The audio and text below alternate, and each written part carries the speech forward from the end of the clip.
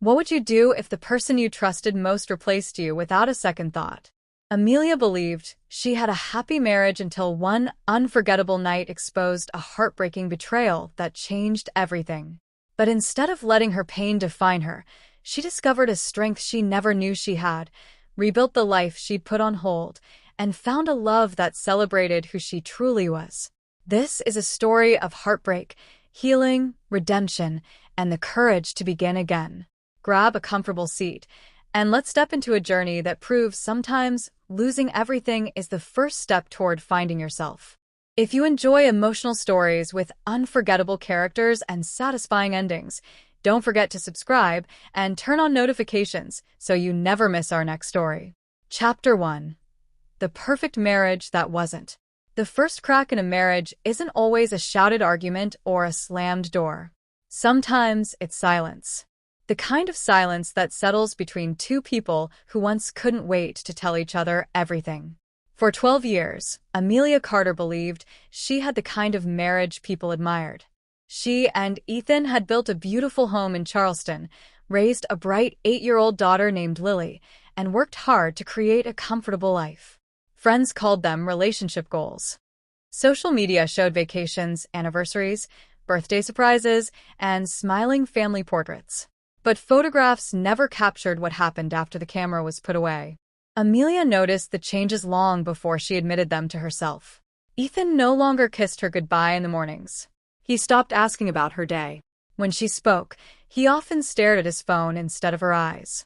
Little moments disappeared first. Then affection. Then respect. One rainy Thursday evening, Amelia stood in the kitchen preparing Ethan's favorite meal, garlic butter steak with roasted potatoes. The clock read 8:47 p.m. Dinner had gone cold nearly 2 hours earlier. She called. Straight to voicemail. Again. Voicemail. Lily looked up from the dining table. Is Daddy working again? Amelia forced a smile. I'm sure he just got busy. The words tasted like a lie. At 10:15 p.m., Ethan finally walked through the front door. He smelled expensive. Not like the office. Like a luxury hotel. His shirt carried a faint perfume Amelia had never worn. You waited up? He asked flatly. I made dinner. I'm not hungry. He walked past her without another word. She watched him disappear upstairs. No apology. No explanation. No kiss. Only silence. The next morning, Amelia stripped the bed to wash the sheets. As she lifted Ethan's jacket from the chair, something fell onto the hardwood floor. A restaurant receipt. She almost threw it away. Then one line caught her attention. 2 filet mignons. 2 glasses of vintage champagne. Chocolate soufflé. 11:42 p.m. She stared at the total. Nearly $600. Their anniversary had been 6 months ago. Her birthday had passed without flowers. Yet someone had enjoyed a romantic dinner with her husband. Her hands trembled.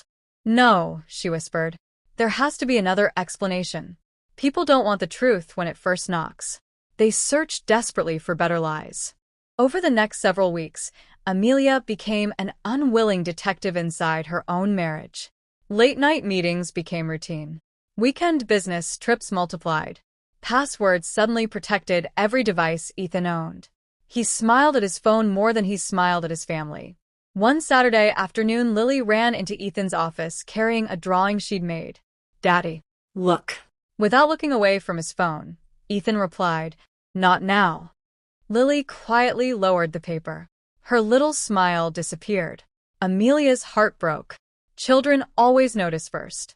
They simply don't have words for what they're feeling. That evening, after Lily fell asleep, Amelia tried again. Ethan, are we okay? He sighed dramatically. Can we not do this tonight? I'm asking because I miss you. I work 12 hours a day to support this family. I'm grateful. Then stop complaining. I'm not complaining. You always need something. The words hit harder than shouting ever could, because they were delivered without emotion, as though loving her had become another task he no longer wanted to perform. A week later, Amelia met her lifelong friend Claire for coffee. Claire studied her face. You've been crying. I'm just tired. No. Claire reached across the table. You've forgotten who you're talking to. Amelia laughed weakly. I think Ethan's having an affair. The words finally existed outside her own mind. Claire didn't answer immediately. Instead, she asked, "What makes you think that?" Amelia listed everything. The late nights, the distance, the perfume, the receipt. Claire listened quietly. Finally, she spoke. You deserve the truth. What if I'm wrong? And what if you're right? That same afternoon, Ethan texted. Working late. Don't wait up. Amelia stared at the message. Then something inside her changed. Not anger. Not revenge. Resolve. She wasn't going to accuse him. She was going to know. Claire arrived 20 minutes later. You ready? Amelia nodded. I don't think I'll ever be ready. They drove downtown. Claire parked across from one of the city's most exclusive rooftop restaurants. Luxury cars lined the entrance. Business executives laughed beneath glowing lights. At exactly 7:18 p.m., Ethan's black SUV pulled into valet parking. Amelia stopped breathing. He stepped out wearing the navy suit she had bought him for Christmas. Then another car arrived. A stunning brunette climbed out. Elegant, confident, beautiful. She smiled the moment she saw Ethan. He smiled back. Not politely, not professionally. The smile Amelia hadn't seen in years. He wrapped his arm around the woman's waist. She kissed him. Slowly. Comfortably. Like they had done it 100 times before. Amelia felt every beat of her heart echo inside her chest. The world around her became strangely quiet. Claire grabbed her hand. Don't. Amelia opened the car door. I have to. She crossed the street. Each step felt heavier than the last. Ethan looked up. His face turned white. Amelia. The brunette frowned. You know her? Silence. Long enough to answer every question. Amelia looked directly at the woman. I'm his wife. The color drained from the woman's face. She stepped backward. Ethan. He reached toward Amelia. Please let me explain. Amelia looked at him for a long moment. Then she did something neither of them expected. She smiled. Not because she wasn't hurting. Because in that single moment, every lie had finally become the truth. And truth, no matter how painful, was easier to live with than deception. Without another word, she turned around and walked away. Behind her, Ethan shouted her name across the crowded sidewalk. She never looked back. But neither she nor Ethan realized that someone had witnessed the entire confrontation from the restaurant terrace above. A man in a tailored charcoal suit. A billionaire investor. Someone who had once loved Amelia in college and had never truly forgotten her. His name was Alexander Hayes. And seeing Amelia again was about to change all of their lives forever. Chapter 2. The Truth Comes Home. The drive home was silent. Not because there was nothing to say. Because Amelia knew that if she spoke, she might fall apart before she made it through the front door. Rain tapped softly against the windshield as the city lights blurred into streaks of gold and white. Claire kept both hands on the steering wheel, stealing occasional glances at her lifelong friend. You don't have to be strong tonight, Claire said gently. Amelia stared out the window. I know, but Lily will be waiting. And she deserves a mother who can still smile. Claire reached over and squeezed her hand. You've spent years protecting everyone else. Who's protecting you? Amelia didn't answer. For the first time in 12 years, she didn't know. Lily was already asleep when Amelia walked into the house. The little girl's stuffed rabbit rested beneath one arm, and a nightlight cast a warm glow across her peaceful face. Amelia knelt beside the bed and brushed a strand of hair away from Lily's forehead. I'm so sorry, she whispered. You deserve better than this. She kissed her daughter's forehead before quietly closing the bedroom door. The silence inside the house felt heavier than ever. Every picture on the wall showed a family that no longer existed. Every anniversary photo now looked like evidence. She walked into her bedroom. For a long time, she simply stood there. Then she opened Ethan's closet. One by one, she placed his clothes into large storage boxes. Not angrily, methodically. Each folded shirt felt like another memory she was putting away. She stopped when she found the navy sweater he had worn on their first trip together. For a moment, she smiled. She remembered the young man who had danced with her in the rain because they couldn't afford tickets to the concert they had traveled to see. She remembered late-night pizza in their tiny apartment. She remembered promises whispered before either of them had careers or money. What had happened to that man? Had he disappeared? Or had she simply never seen who he truly was? A tear rolled down her cheek. She folded the sweater anyway. At 11:48 p.m., the front door opened. "Ethan," she heard him call. No answer. He walked upstairs. When he entered the bedroom, he froze. Boxes lined the walls. Half the closet stood empty. "Amelia." She didn't look up. "I'm packing your things." "It isn't what you think." She laughed quietly. "It's exactly what I think. You embarrassed me tonight." She slowly turned toward him. "I embarrassed you? You followed me. I caught you. That's different." How? He searched for an answer that never came. Finally, he sighed.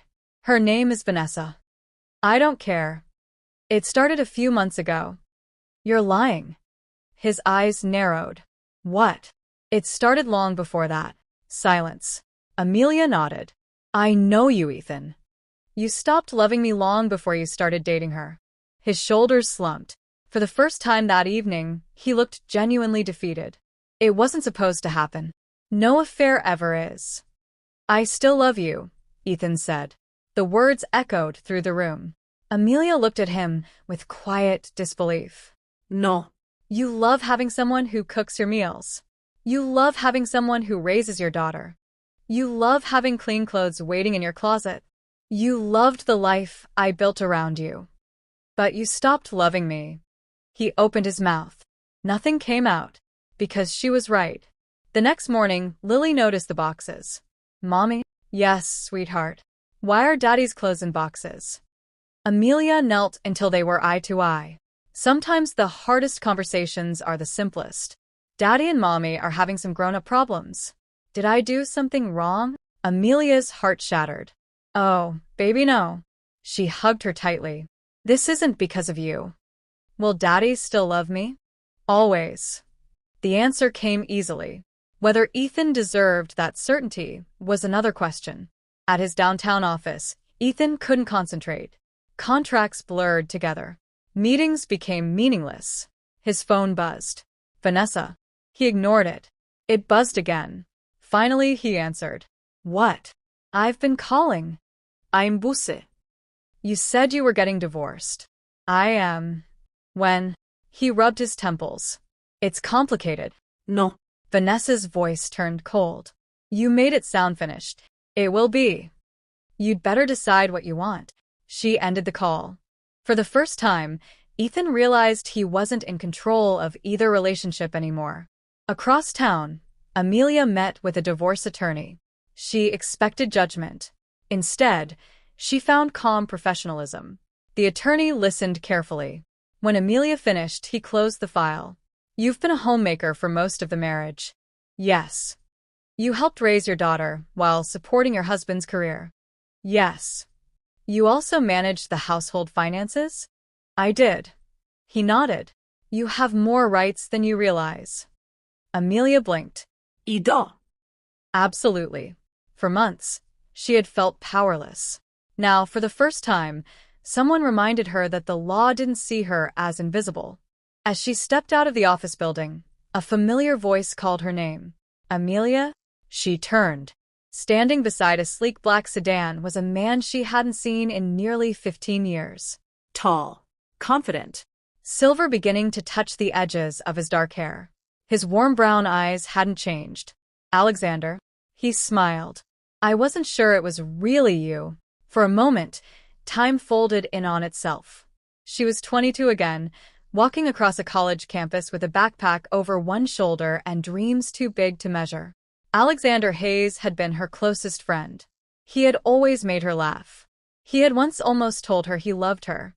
Almost. Life had carried them in different directions before either of them found the courage. "I heard what happened last night," he said carefully. "You did." "I was upstairs." Amelia felt a wave of embarrassment. "I'm sorry you had to see that." "I'm not." She looked confused. "Why?"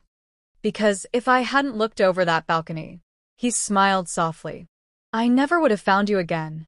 Amelia felt something she hadn't experienced in months. Not romance. Not attraction. Hope.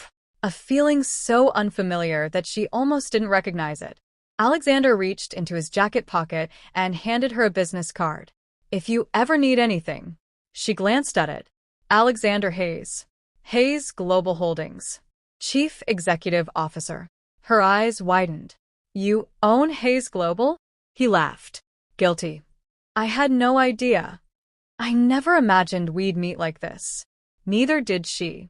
As Alexander returned to his car, Amelia slipped the business card into her purse. She had no intention of calling him. At least, that's what she believed. But across the street, hidden behind the tinted windows of his SUV, Ethan watched the entire exchange. His hands tightened around the steering wheel. He recognized Alexander Hayes immediately, one of the most influential businessmen in the state. A man wealthier than Ethan could ever hope to become. For the first time since his affair began, fear settled deep in his chest. Because he had expected Amelia to fight for him. He had never imagined another man might be waiting to fight for her. Chapter 3. Picking up the pieces. Monday mornings had always belonged to Ethan. His coffee waiting on the kitchen counter. His shirts pressed and hanging neatly by the bedroom door. His lunch packed exactly the way he liked it. His car keys resting beside his briefcase. This Monday was different. The kitchen was empty. The coffee maker was cold. No breakfast waited on the table. No neatly folded clothes. No handwritten note wishing him a good day. For years, Ethan had barely noticed the hundreds of small acts of love Amelia performed every single day. Now, their absence echoed through the house. He opened the refrigerator. There was food. Just nothing prepared for him. He muttered under his breath as he searched for a clean travel mug. 5 minutes later, he burned his toast. 10 minutes after that, he spilled coffee on his white shirt. By the time he reached his office, he was nearly an hour late. His assistant looked surprised. Good morning, Mr. Carter. It isn't. She hesitated. Your 9 o'clock meeting left. He closed his eyes. Reschedule it. I'm afraid they signed with another company. The words landed like a punch. It was the first major client Ethan had lost in 3 years. Meanwhile, Amelia sat on a park bench while Lily chased butterflies across the playground. The morning sun warmed her face, but the ache in her heart remained. She watched parents laugh with their children. Young couples push strollers together. It hurt, not because she wanted Ethan back, because she mourned the future she believed Lily would have. Claire arrived carrying 2 iced coffees. You look better. I don't feel better. You slept. For almost 4 hours. Claire smiled. Progress. Amelia laughed for the first time in days. It felt strange. Almost unfamiliar. You know what I realized? Amelia asked. What? I don't even know who I am anymore. Claire frowned. What do you mean? I know how Ethan likes his coffee. I know Lily's favorite bedtime story. I know every birthday, every appointment, every grocery list. She looked down at her hands. But I can't remember the last time I did something simply, because it made me happy. Claire let the silence settle. Then she asked softly, what made you happy before, Ethan? Amelia thought for a long time. Finally, a smile appeared. I used to paint. Paint. I wanted to be an artist. What happened? Life. Marriage. A mortgage. A baby. 1,000 responsibilities that quietly pushed her dreams farther and farther into the background until one day she realized she couldn't even remember where she'd packed her paintbrushes. Claire smiled gently. Then maybe it's time to unpack them. That afternoon, after dropping Lily off at school, Amelia climbed into the attic. Dust floated through the warm sunlight that streamed from the small window. Cardboard boxes filled every corner. Christmas decorations.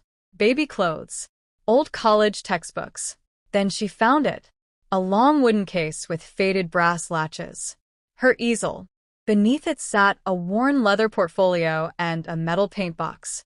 She opened it slowly. The colors had dried with age, but the memories hadn't. She remembered staying up all night in college painting landscapes while listening to soft jazz. She remembered winning her university's annual art competition. She remembered Alexander standing in front of one of her paintings for nearly 20 minutes.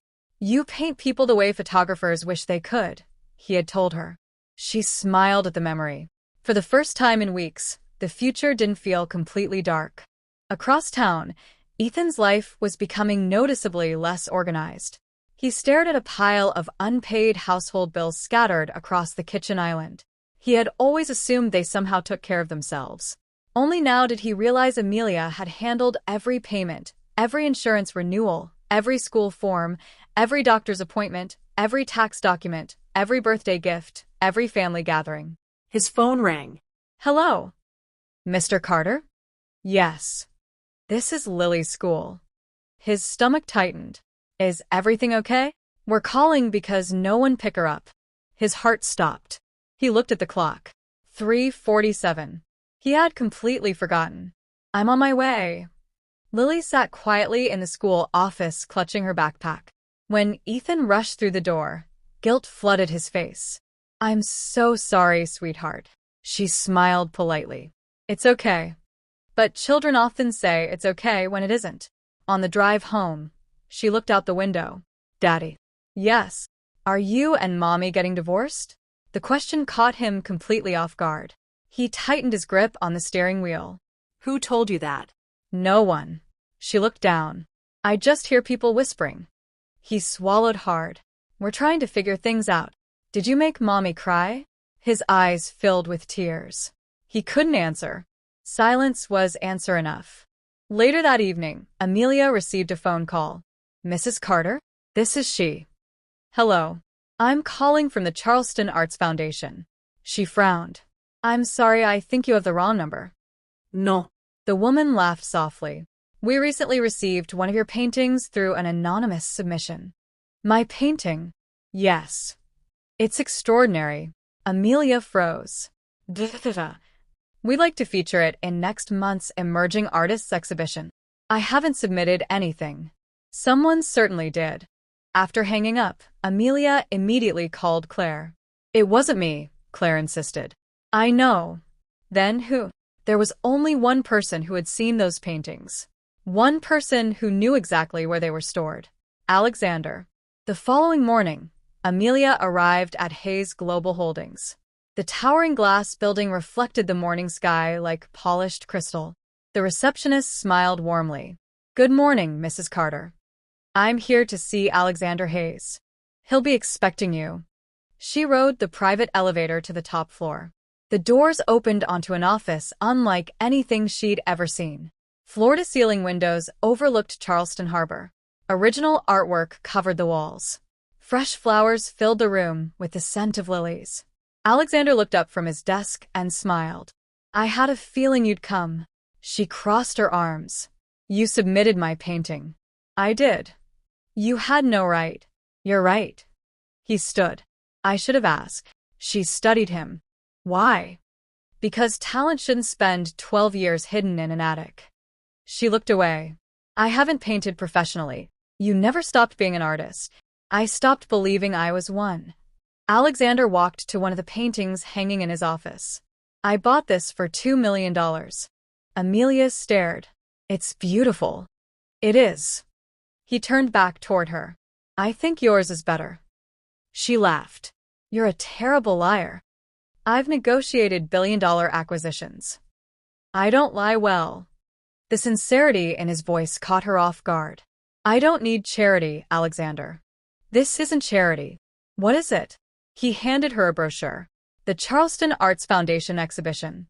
Your painting had already been selected by an independent panel before they knew who submitted it. They chose your work because they loved it. Not because of me." She looked at the brochure. Her hands trembled. Someone believed in her work again. For the first time in over a decade. Meanwhile, Ethan sat in the office of his divorce attorney. "I don't understand," he said. The attorney slid several documents across the desk. "Your wife is entitled to a substantial share of the marital assets. But I earned the money." "You earned an income." The attorney corrected him calmly. "She contributed to the marriage in equally significant ways." Ethan frowned. "She stayed home." so you could build your career. He opened another file. She also managed the household, raised your daughter, maintained the family finances, and supported your business travel. He looked Ethan directly in the eye. Courts recognized that contribution. Ethan leaned back in his chair. This is going to cost me. The attorney nodded. More than you expected. That evening, Vanessa arrived unannounced at Ethan's apartment. She tossed a magazine onto the coffee table. Its business section featured a photograph of Alexander Hayes. Across the bottom of the page was another image. Amelia, standing beside one of her paintings. The headline read, "Local artist discovered after 12-year hiatus." Vanessa looked at Ethan. "Is that your wife?" "My soon-to-be ex-wife." She folded her arms. "And why is one of the richest men in the state smiling at her like that?" Ethan stared at the magazine. Jealousy burned hotter than he'd ever imagined. For the first time, he understood something terrible. He hadn't lost Amelia when she caught him cheating. He had lost her the moment someone else reminded her who she had always been. And he had a sinking feeling it was already too late to win her back. Chapter 4. A Woman Reborn. 2 weeks changed everything. Not because Amelia's pain disappeared. It didn't. She still woke some mornings reaching toward the empty side of the bed before remembering why it was empty. She still fought back tears when Lily asked if Mommy and Daddy would ever live together again. Healing wasn't a straight line. It was 1,000 tiny choices to keep moving forward. Every day, Amelia chose one more step. One more brushstroke. One more reason to believe that the end of her marriage didn't have to be the end of her story. The Charleston Arts Foundation exhibition opened on a warm Friday evening. The gallery buzzed with collectors, journalists, critics, and artists from across the Southeast. Amelia stood near the entrance, wearing a simple navy blue dress Claire had insisted she buy. "You look incredible," Claire whispered. "I feel like everyone's staring." "They are." Amelia's face fell. Claire laughed. "Because your painting is the first thing everyone sees when they walk in." Amelia slowly turned. Her landscape painting golden marsh grass glowing beneath a Charleston sunset hung in the center of the room beneath a spotlight. A small crowd had gathered around it. People weren't just looking. They were stopping, Studying. Talking. feeling something. For years she had believed her gift had disappeared. Now strangers were proving it never had. Across the room, Alexander Hayes watched quietly. He wore a charcoal suit but made no effort to draw attention to himself. He wanted this night to belong to Amelia. Not to him. One of the gallery directors approached. "Mr. Hayes." "Yes." "The first offer just came in." Alexander smiled. "Already?" The director nodded. The collector offered $80,000. Alexander looked toward Amelia. She had no idea. She was laughing with an elderly couple who wanted to know how she captured so much emotion in a single painting. Money wasn't what excited her. Connection was. Alexander admired that. It was one of the things he'd loved about her all those years ago. 3 hours later, Amelia nearly dropped her glass of sparkling water when the gallery director approached. "Congratulations." "For what?" "Your painting sold." Her eyes widened. "It's sold. For $80,000. Silence. Claire gasped. "I think she's going to faint." Amelia blinked several times. "There has to be some mistake." "There isn't." The director handed her the paperwork. The buyer asked to remain anonymous. Amelia looked toward Alexander. He raised both hands. "It wasn't me." She believed him.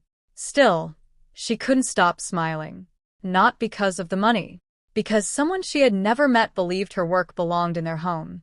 For the first time in years, she felt seen. Meanwhile, Ethan sat alone in the house that once felt too small. Now, it felt enormous. The silence followed him from room to room. The dining table where Amelia had served countless family dinners now held unopened mail. Laundry overflowed from baskets.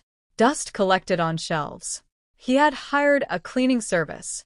It wasn't the same. He had ordered takeout every night for 2 weeks. Nothing tasted like home. His phone rang. It was his mother. "Ethan." Mom." "I saw the article." His stomach tightened. So did everyone else. "She's talented." "I know." There was a pause. Then came the question he dreaded. Why would you throw away a woman like that? He closed his eyes. I made a mistake. No. His mother sighed sadly. A mistake is forgetting an anniversary. A mistake is buying the wrong birthday gift. What you did was a choice. He had no argument. The following Monday, Lily's elementary school hosted its annual Family Art Day. Parents filled the classrooms. Children proudly displayed colorful paintings. Amelia volunteered to help. She smiled as Lily introduced her to classmates. My mommy paints beautiful pictures. One little boy raised his hand. My mom says you're famous. Amelia laughed. I don't think I'm famous. You were in the newspaper. Lily grinned proudly. I kept the newspaper. Amelia hugged her daughter. Those words meant more than any gallery review. As the event ended, Ethan arrived carrying a bouquet of white roses. He spotted Amelia across the hallway.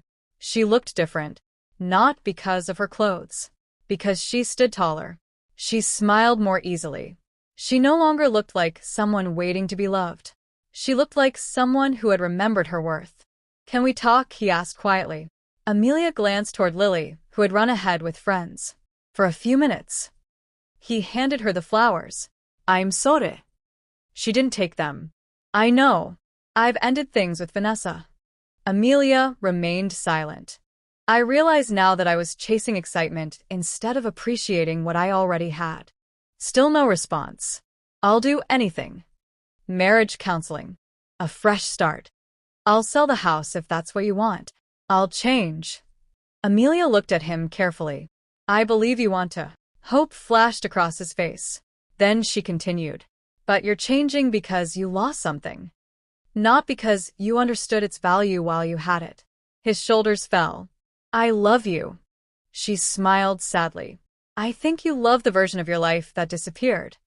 He felt those words more deeply than any insult, because somewhere inside he knew she was right.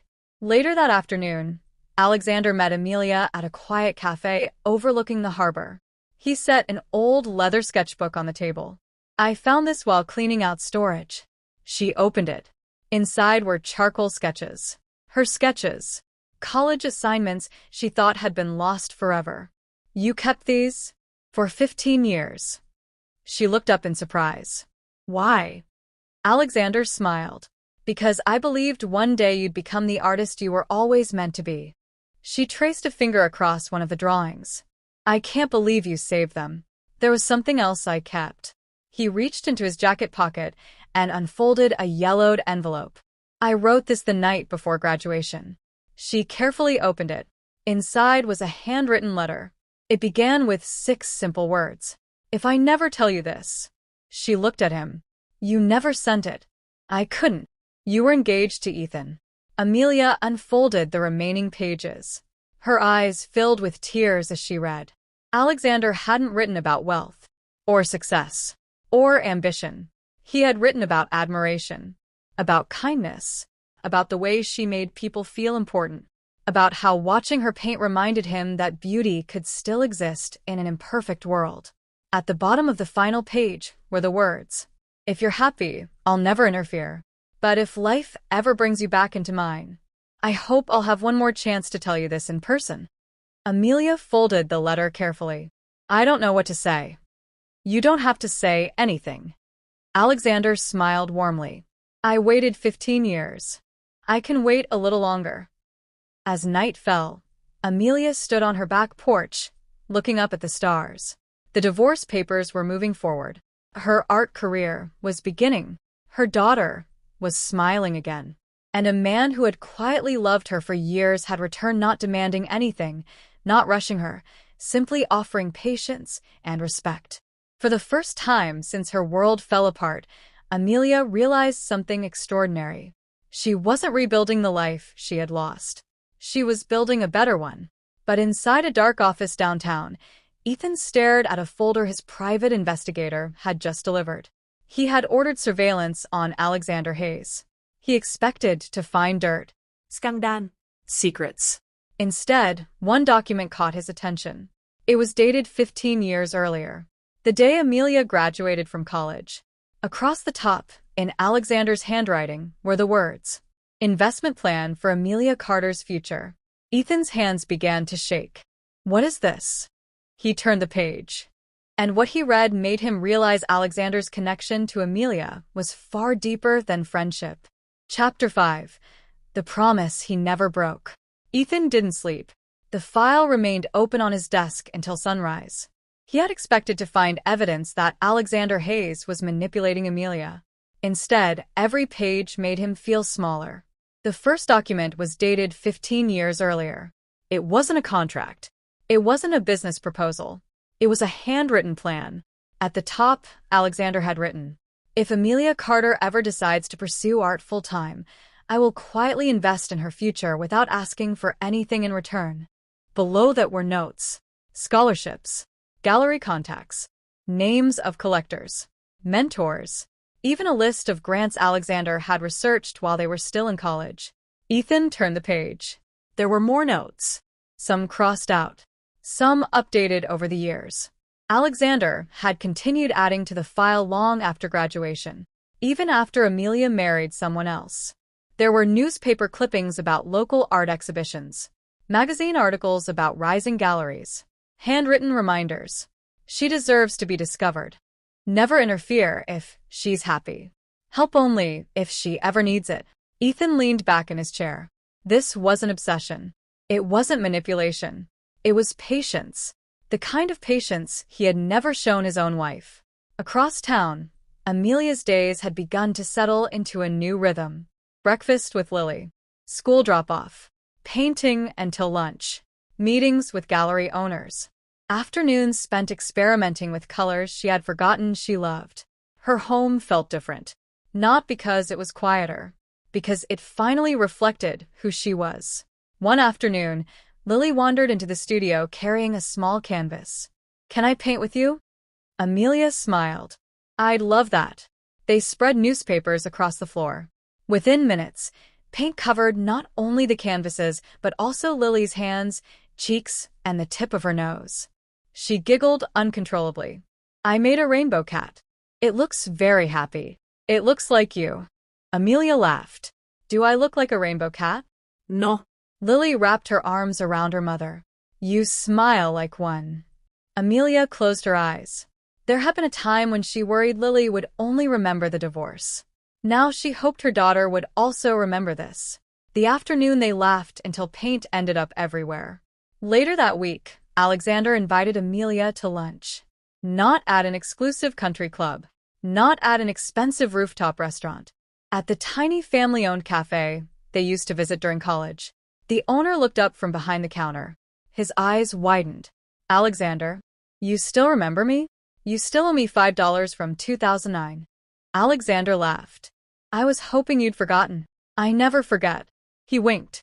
"But inflation says you owe me $7 now." Amelia laughed harder than she had in months. For a few precious hours, neither of them talked about Ethan, or the divorce, or the gallery. They talked about books, music, terrible college apartments, the professor who always wore mismatched shoes. The conversation felt effortless, peaceful.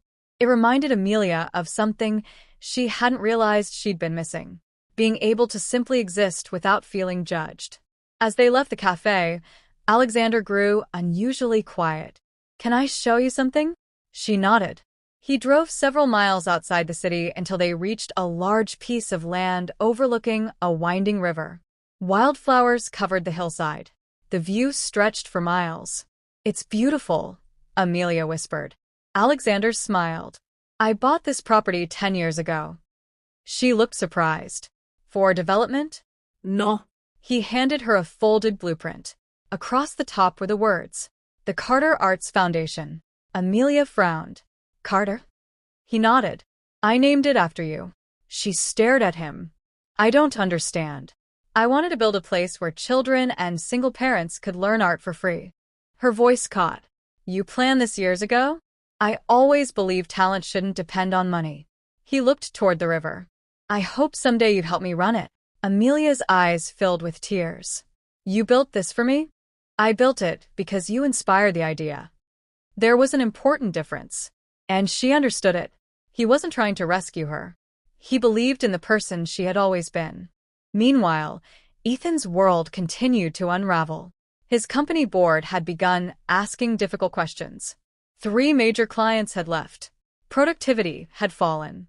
His reputation had suffered after news of the divorce spread through local business circles. One board member spoke bluntly. People don't lose confidence because of divorce. They lose confidence because of poor judgment. Ethan knew exactly what he meant. Business wasn't just about numbers. It was about trust. And trust, once broken, rarely returned unchanged. That evening, Vanessa arrived at Ethan's office carrying the engagement ring he had given her. She placed it on his desk. "I can't do this anymore." He looked up. "What are you talking about? You don't love me." Ido. No. She shook her head. "You love competing with the man who replaced you." He remained silent. She sighed. "I thought I was your future." But every conversation somehow becomes about Amelia. She walked toward the door. "For what it's worth." She paused. "I think you really did love your wife. You were just too selfish to notice until someone else appreciated her."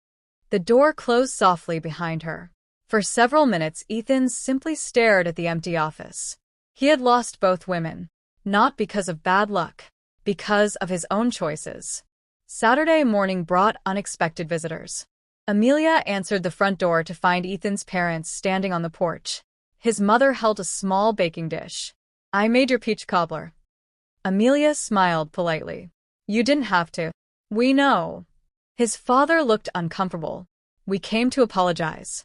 "You have nothing to apologize for." His mother reached for Amelia's hand. "We should have spoken up years ago."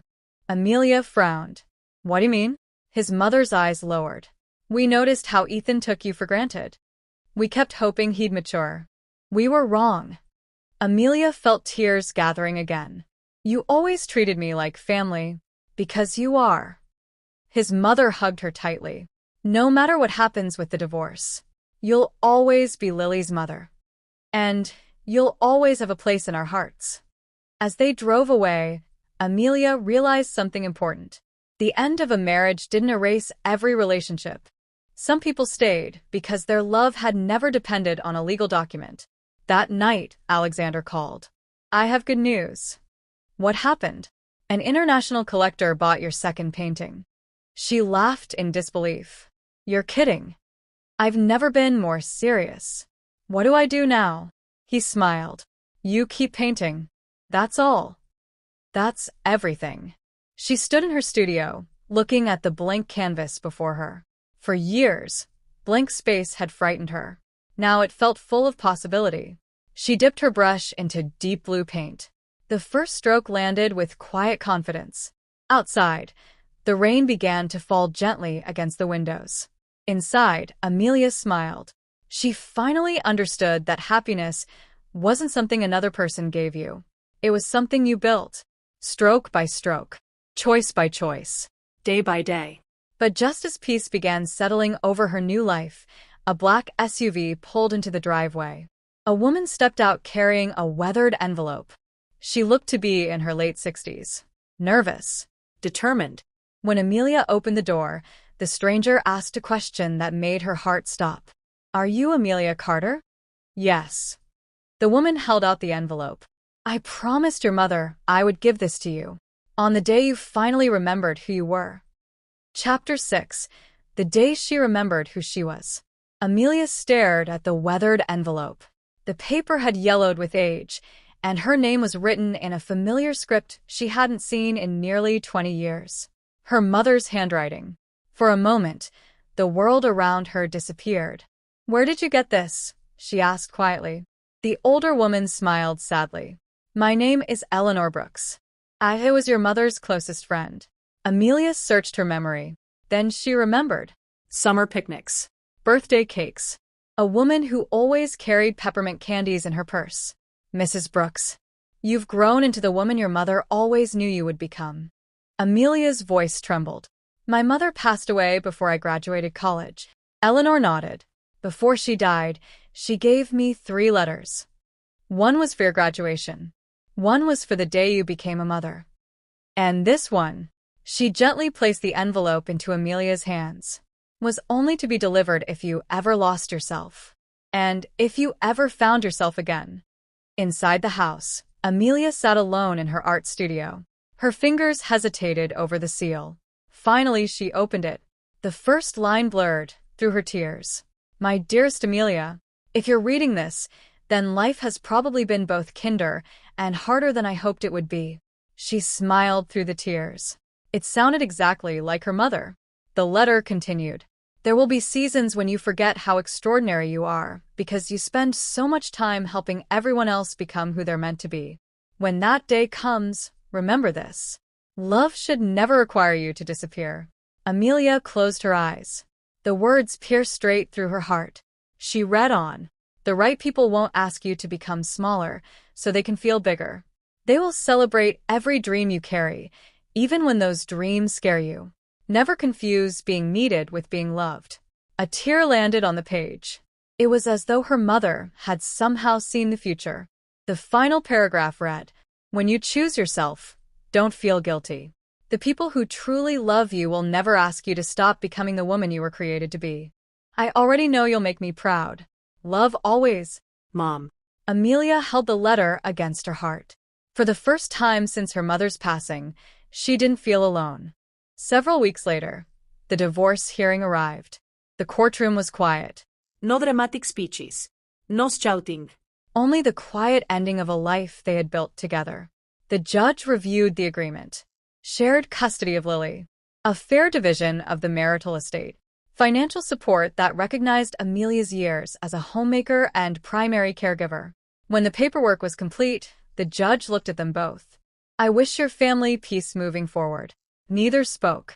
Outside the courthouse, Ethan approached Amelia. I don't expect forgiveness. She looked at him calmly. You already have it. His eyes widened.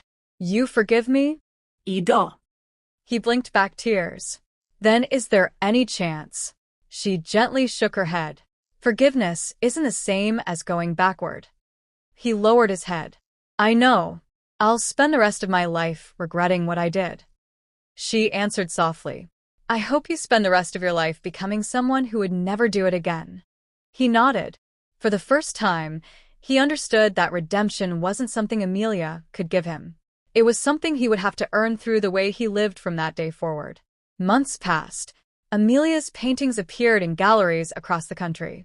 Collectors waited months for new work. Interviewers asked about her sudden success. She always gave the same answer. There was nothing sudden about it. I simply remembered a dream I'd forgotten. Her story inspired thousands of women who had quietly placed their own dreams on hold. Letters arrived every week. Some came from mothers, others from fathers, teachers, nurses, retirees. Each one shared the same message. Your story reminded me that it isn't too late to begin again. Amelia kept every letter. Construction on the Carter Arts Foundation finally began that spring. The old Riverside property slowly transformed into a beautiful campus filled with studios, classrooms, gardens, and outdoor galleries. Alexander insisted the first plaque bear Amelia's name. She refused. This wasn't my dream alone. He smiled. Then whose was it? Ours. So the plaque simply read, Where creativity finds courage. No names. Just purpose. One afternoon, Lily wandered through the nearly completed art studio. She stopped in front of a wall that had been left completely blank. What goes here? Alexander smiled. Anything. She frowned. Anything? He nodded. This wall belongs to every child who walks through these doors. Lily looked at her mother. Can I paint the first picture? Amelia smiled. I think that's exactly what it's waiting for. Together they dipped their brushes into bright colors. The first painting wasn't perfect. It wasn't supposed to be. It was joyful. And that was enough. That autumn, Alexander invited Amelia back to the overlook where he had first shown her the foundation plans. The trees blazed with shades of crimson and gold. They stood quietly, watching the river below. I've wanted to ask you something. She smiled knowingly. I had a feeling. He laughed. I'm not nearly as mysterious as I think I am. Not even close. He reached into his pocket. Not for a ring, but for the same letter she had read months earlier. I carried this for 15 years. I know. I was afraid that telling you how I felt would make your life more complicated. She took his hand. You respected my happiness, even when it wasn't with you. I tried. You did. He looked into her eyes. I don't want to replace anyone. I don't want to rescue you. I just want to spend whatever years were given walking beside you. No rehearsed speech. No grand performance. Just honesty. Amelia smiled. I spent too many years wondering whether I was enough. She stepped closer. You never made me wonder. She kissed him gently. It wasn't the beginning of a fairy tale. It was the beginning of something far stronger. A relationship built on friendship, respect, patience, and two people who had finally met at the right time. 1 year later, the Carter Arts Foundation celebrated its grand opening. Children filled the classrooms. Parents painted beside their sons and daughters. Music drifted through the gardens. Lily proudly gave tours to visitors. My mommy painted that one, and that one. And she helped build all of this. Across the courtyard, Ethan watched quietly from a distance. He hadn't come to interrupt. He had come to support Lily. As he turned to leave, Amelia walked over. I'm glad you came. He smiled. So am I. He looked around the campus. You really did it. We all did. He nodded toward Alexander, who was helping a young boy clean paint from his hands. He's a good man. He is. Ethan smiled sadly. I used to think losing you was the worst thing that ever happened to me. She waited. Now I realize. It was the lesson I needed. He extended his hand. Thank you for being the best part of my life, even when I didn't deserve it. Amelia shook his hand warmly. I hope you're happy, Ethan. I'm getting there. And for the first time in years, they both meant every word. As the sun began to set, Amelia stood outside the foundation with Lily and Alexander. Children's laughter echoed across the courtyard. Paintbrushes clinked against jars of colorful water. The sky glowed with the same golden light she had painted so many times. She thought about the frightened woman who had once stood outside a restaurant watching her marriage fall apart. She hardly recognized her now, because losing the life she thought she wanted had led her to the life she was always meant to live. Sometimes the greatest love story isn't about finding the right person. It's about becoming the right person for yourself first. Only then can you truly recognize the people who have been loving you all along. Epilogue. 5 years later. 5 years passed more quickly than anyone expected. The Carter Arts Foundation had grown from a single Riverside campus into 3 thriving community art centers across South Carolina. Every year, thousands of children, veterans, single parents, and aspiring artists walked through its doors carrying dreams they had once believed were impossible. Above the entrance of every building hung the same simple words: where creativity finds courage. Visitors often asked who had written the phrase. Amelia would simply smile. It belongs to everyone who refused to give up. Her paintings now hung in museums, private collections, and public galleries throughout the country. Art critics praise her ability to capture hope in ordinary moments. But her favorite painting had never been sold. It hung inside her home. It was a simple portrait of Lily laughing with paint-covered hands on the afternoon they rediscovered joy together. No collector could ever afford that memory. Lily was 13 now, tall for her age, endlessly curious, and already showing signs of becoming a gifted artist herself. One Saturday morning, she stood beside Amelia in the Foundation's largest studio. Mom, yes. Do you think people can really change? Amelia paused before answering. I think they can. But only when they stop blaming everyone else for their own choices. Lily nodded thoughtfully. Dad seems different. He is. Over the years, Ethan had done exactly what he promised. He attended counseling. He became a dependable father. He volunteered at youth mentorship programs, speaking honestly about accountability, integrity, and the consequences of selfish decisions. He never tried to rewrite history. He accepted it. He apologized without expecting forgiveness. And he rebuilt his relationship with Lily one day at a time. It wasn't perfect. It was real. Later that afternoon, Ethan arrived to pick Lily up for their weekend together. He stepped into the studio carrying 2 cups of coffee. One for himself, one for Amelia. She smiled. "You still remember my order." He laughed. "Some habits are worth keeping." They talked for a few minutes while Lily finished cleaning her brushes. There was no bitterness between them, only mutual respect, the kind that sometimes grows long after love has ended. As Lily climbed into Ethan's truck, she waved excitedly. "See you Sunday. We'll be here." Amelia watched them drive away. Alexander slipped his hand into hers. "You okay?" She smiled. "I was just thinking." About what? If someone had told me 5 years ago that this would become my life. She looked around the bustling art center. Children laughed in every classroom. Parents painted beside their sons and daughters. Volunteers helped beginners discover talents they never knew they had. "I wouldn't have believed them." Alexander squeezed her hand. "I'm glad you were wrong." That evening, the foundation hosted its annual scholarship banquet. The keynote speaker was a young woman named Sophia. Years earlier, she had entered the foundation as a frightened 12-year-old whose family couldn't afford art supplies. Now she had earned a full scholarship to one of the country's leading art schools. She stepped to the podium. "I used to think success meant becoming famous." She smiled toward Amelia. "Mrs. Carter taught me something different." She looked across the audience. "Success is becoming the person you needed when you were younger." The room erupted in applause. Amelia quietly wiped away a tear. She realized that the greatest masterpiece she had ever created wasn't hanging on a gallery wall. It was the life she had helped others believe was possible. Later that night, after the guests had gone home, Amelia and Alexander walked through the quiet courtyard beneath a sky full of stars.